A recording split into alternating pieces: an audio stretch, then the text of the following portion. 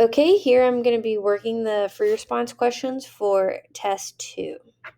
So if your leaving group, I don't even know where I was starting with this. Draw the mechanism around the final product given SN1 reaction. Okay, so if it's an SN1, we know the mechanism. The leaving group leaves. So leaving group leaves. That's OTS. And that leaves behind a carbocation. Positive charge on the carbon. Next, the nucleophile will attack, and in this case, it's a weak nucleophile. It's the ethanol. It'll attack, and that leaves you with OET. And this is a hydrogen, but that's positively charged. But if you skipped this step and went straight to the final product, we would also accept that. So this gets deprotonated, and you end up with OET there, and then the methyl group. So the final product is the methyl and OET. And if you leave this protonated with a positive charge on it, I'll accept that as the right answer as well. Okay, so that's the SN1 reaction. So it tells you the mechanism already. Leaving group leaves, nucleophile attacks, and that's how you get your substitution. This next question is determine which of the two is more likely to undergo SN1 and explain why using more than just one word. So first you have to know it's an SN1 reaction. So the first step is the leaving group leaves for both of these. And they're both positive. That's the rate determining step. So this is a rate question, so it has to be something about this step that makes this more likely to undergo or makes this one happen faster. Okay, so they're both secondary, but this one has a stabilization effect that the other one doesn't, making this carbocation delocalized, also a partial positive charge here, and a partial positive charge here, and a partial positive charge here. So all these have a partial positive. So the correct answer would be, you can draw the resonance structures, or you can say resonance stabilizes the carbocation, or resonance delocalizes the carbocation, making a more stable intermediate. Would be your correct answer there. Anything along the line. So it says that this is a more stable intermediate structure, more stable positive charge. Okay, next, draw the bond line structural formula of the following substance.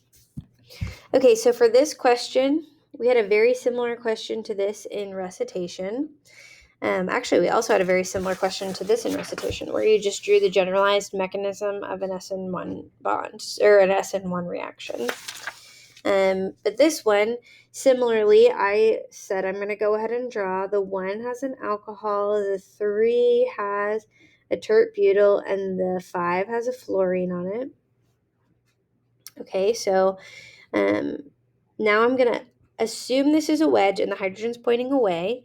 And if this is a wedge and it's the R that we want, then I'll leave it a wedge. But if not, I can just flip it and make it an S. Okay, so this is obviously the highest priority because oxygen, carbon, carbon. Both of these carbons are attached to another carbon and 2 hydrogens. So then we go on to the next carbon, and this carbon is attached to a hydrogen and a carbon and another carbon. And this carbon is attached to a hydrogen, a fluorine, and another carbon. So the fluorine outweighs the tert butyl, so this is 2, and then this is 3. So actually, if you connect 1, 2, and 3, this is S configuration. We need it to be an R, so this OH is actually going to be not a wedge. It's going to be a dash. That's a dash, not a wedge. Okay. And then, because if we assumed it was a wedge here, but that gives us S stereochemistry, so it's actually a dash over here. Since I drew that in pen, I'll just redraw it to make it prettier. There we go. Okay, now let's go down to 3. 3S is actually 3 carbons. So I'll say carbon A, carbon B, and carbon C. Carbon A is attached to 3 more carbons. Carbon B is attached to 1 carbon and 2 hydrogens. And carbon C is attached to 1 carbon and 2 hydrogens. So A is the highest priority. And then if we're looking between carbon C, it's attached to So then we go on to the next carbon, and it's attached to a fluorine, another carbon, and a hydrogen.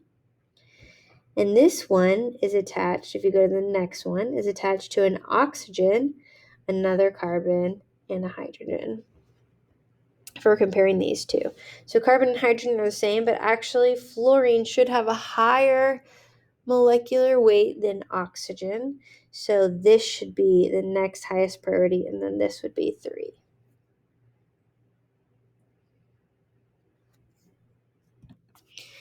Okay, so with those priorities, it would be 1, 2, 3.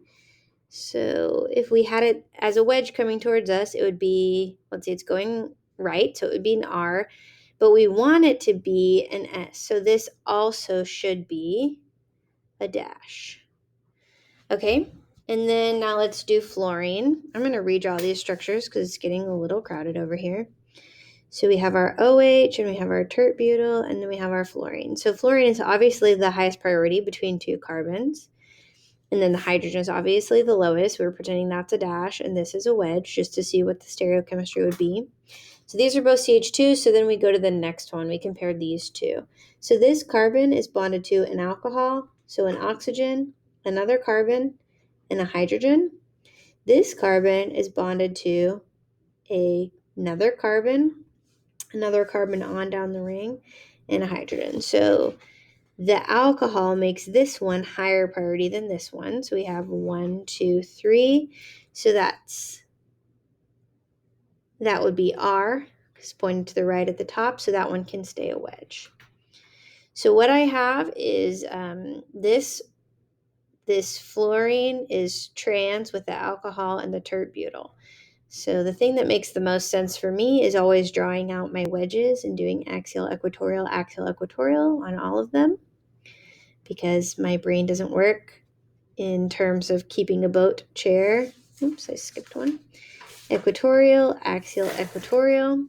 So if this fluorine is axial, then we can make our alcohol equatorial, and we can make our tert butyl equatorial, because the dash would be opposite of the wedge there.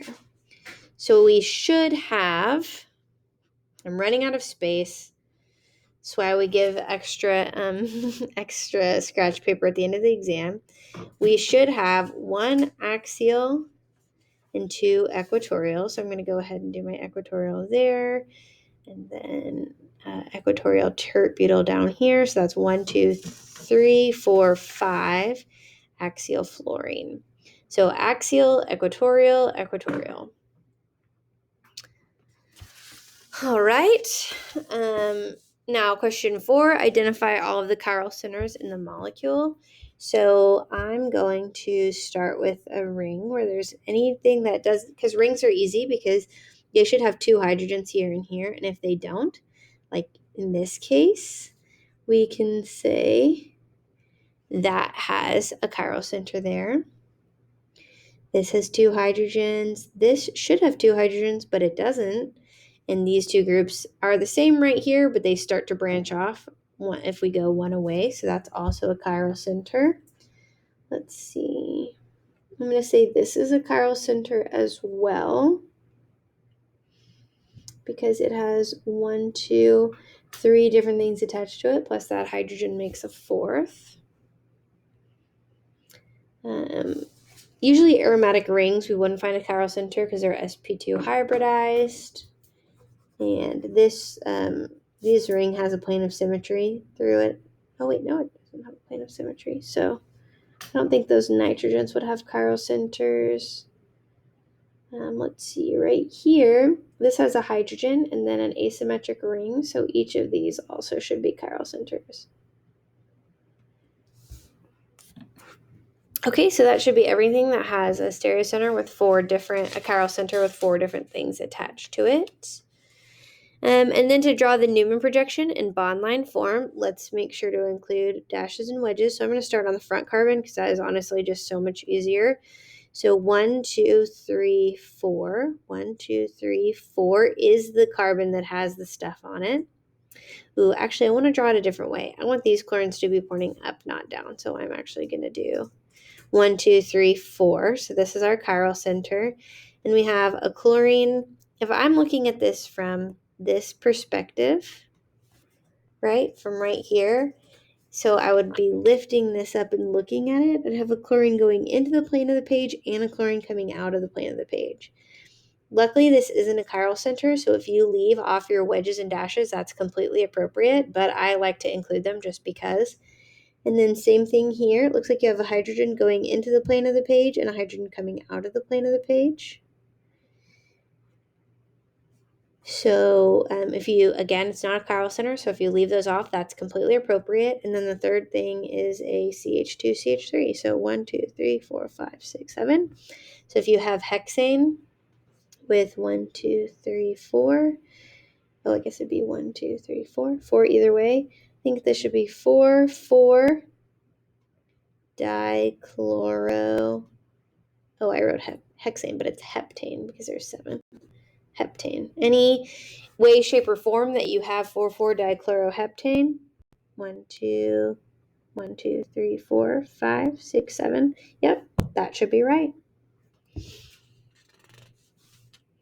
Okay, so those are the free response questions. If you have any questions on these, please feel free to reach out and email me.